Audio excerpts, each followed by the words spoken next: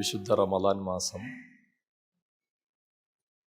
വിശ്വാസികൾക്ക് സന്തോഷവും ആനന്ദവുമായി കടന്നു വരികയാണ്. അല്ലാഹു സുബ്ഹാനഹു വ തആല അടിമകൾക്ക് അവരുടെ വിജയത്തിനു വേണ്ടിയിട്ട് ചില പ്രത്യേക സന്ദർഭങ്ങളെയും സ്ഥലങ്ങളെയും സമയങ്ങളെയുമെല്ലാം അടിമകൾക്ക് അവൻ നൽകിയിട്ടുണ്ട്. ഈ വിശുദ്ധ റമദാൻ മാസം അടിമക്ക് ഉടമയിലേക്ക് സഞ്ചരിക്കുവാനും അവൻ്റെ ജീവിതം ചിട്ടപ്പെടുത്തുവാനുമുള്ള വലിയ ഓഫറിൻ്റെ മാസമാണ്. പ്രധാനമായും ഈ മാസത്തെ വിനിയോഗിക്കേണ്ടത് പ്രാർത്ഥനയ്ക്കു വേണ്ടിയാണ്.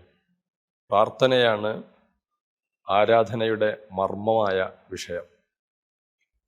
പ്രാർത്ഥന അള്ളാഹുവിന് ഉടമയായ അള്ളാഹുവിന് ഏറെ ഇഷ്ടമുള്ള ഒന്നാണ്. വിശ്വാസിയുടെ ആയുധമാണ് പ്രാർത്ഥന എന്നാണ് ഹബീബ് സല്ലല്ലാഹു അലൈഹി വസല്ലമ തങ്ങൾ പ്രാർത്ഥനയെ പരിചയപ്പെടുത്തിയിട്ടുള്ളത്. എല്ലാ വിഷയങ്ങളും ചോദിച്ച് വാങ്ങണം എന്നതാണ് ഉടമയുടെ പ്രത്യേക താല്പര്യം. അടിമകൾ പരസ്പരം അങ്ങോട്ടും ഇങ്ങോട്ടും ചോദിച്ചു വാങ്ങുന്നത് ഒരുപക്ഷെ അരോചകമായി തോന്നുമെങ്കിലും അടിമയിൽ നിന്ന് ഉടമയായ റബ്ബ് ആഗ്രഹിക്കുന്നത് അവൻ്റെ ധാരാളമുള്ള ചോദ്യമാണ്. ചോദ്യം എത്ര വർദ്ധിക്കുന്നുവോ അത്രയും ഇഷ്ടമാണ് ഉടമയായ അല്ലാഹു സുബ്ഹാനഹു വ തആലക്ക്. ചോദിക്കുന്നവർ സ്വന്തം ജീവിതത്തിൻ്റെ നന്മകൾക്ക് വേണ്ടി ധാരാളം ചോദിക്കണം. റമദാൻ മാസത്തിൽ കഴിഞ്ഞ തൻ്റെ ജീവിതകാലത്ത് ചെയ്തുപോയ തെറ്റുകുറ്റങ്ങളെ പാപങ്ങളെ പൊറുപ്പിക്കാനുള്ള വലിയ ഒരു ഓഫറാണല്ലോ. അതുകൊണ്ട് തന്നെ ചെയ്ത തെറ്റുകളെക്കുറിച്ച് ഖേദത്തോടുകൂടെ പടച്ചവനോട് പറയുകയും അതെല്ലാം പുറത്തു തരാൻ വേണ്ടി ചോദിക്കുകയും വേണം. സ്വന്തം കാര്യം ഇത്തരം വിഷയങ്ങളിൽ കൂടുതൽ മുൻഗണനയോടുകൂടെ തന്നെ കാണേണ്ടതുണ്ട്. അതോടൊപ്പം തന്നെ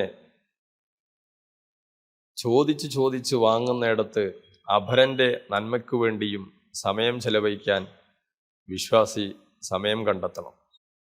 സല്ലല്ലാഹു അലൈഹി വസല്ലമ തങ്ങൾ പറഞ്ഞത് തെറ്റു ചെയ്യാത്ത നാവുകൊണ്ടാണ് പ്രാർത്ഥിക്കേണ്ടതെന്നാണ്.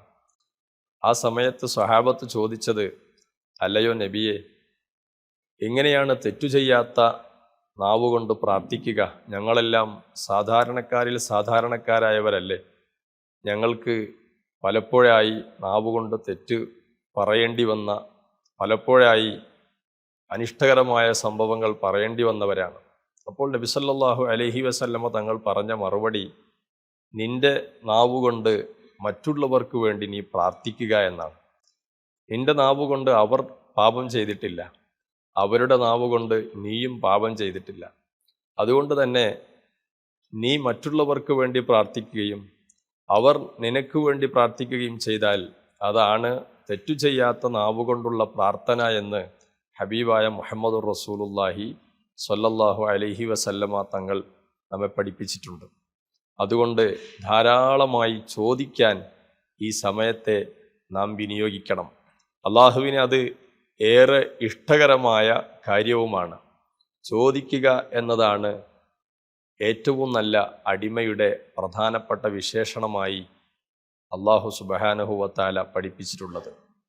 പരിശുദ്ധ ഖുർആനിൽ അല്ലാഹു തന്നെ പറഞ്ഞത് കാണാം, ഖുൽ മാ യഉബഉ ബിക്കും റബ്ബി ലൗലാ ദുആഉക്കും. നിങ്ങൾ പ്രാർത്ഥിക്കുന്നില്ലായിരുന്നെങ്കിൽ നിങ്ങൾക്ക് ഒരു പരിഗണനയും ലഭിക്കുമായിരുന്നില്ല എന്ന് നബിയെ അങ്ങ് പറയൂ എന്ന് പരിശുദ്ധ ഖുർആനിലൂടെ അല്ലാഹു സുബ്ഹാനഹു വ തആല നമ്മെയെല്ലാം ഓർമ്മപ്പെടുത്തിയിട്ടുണ്ട്. നമുക്ക് കിട്ടുന്ന അള്ളാഹുവിൽ നിന്നുള്ള പരിഗണനയ്ക്ക് ഏറ്റവും പ്രധാനപ്പെട്ട കാരണം അത് പ്രാർത്ഥനയാണ് എന്നതാണ് ഈ ആയത്ത് നമ്മെ പഠിപ്പിക്കുന്നത്. അതുകൊണ്ട് നാം നമ്മുടെ ഏറ്റവും മൂല്യമുള്ള സമയങ്ങൾ നന്നായി പ്രാർത്ഥിക്കാൻ വേണ്ടി ചെലവഴിക്കണം. പ്രധാനമായും പരിശുദ്ധ റമദാനിലെ പാതിരാവിലുള്ള സമയങ്ങൾ, അത്താഴ സമയത്ത് എഴുന്നേറ്റ് പടച്ചറബ്ബിനോടുള്ള പ്രാർത്ഥനകൾ, അതുപോലെ ഏറ്റവും നല്ല സമയങ്ങളെല്ലാം ഈ റമദാനിൻ്റെ നിമിഷങ്ങളെല്ലാം പ്രാർത്ഥനയ്ക്ക് വേണ്ടിയിട്ട് നാം ഉപയോഗിക്കണം എന്നതാണ് ഈ സമയത്ത് നിങ്ങളോടെല്ലാം പ്രത്യേകമായി ഓർമ്മപ്പെടുത്താനുള്ളത്.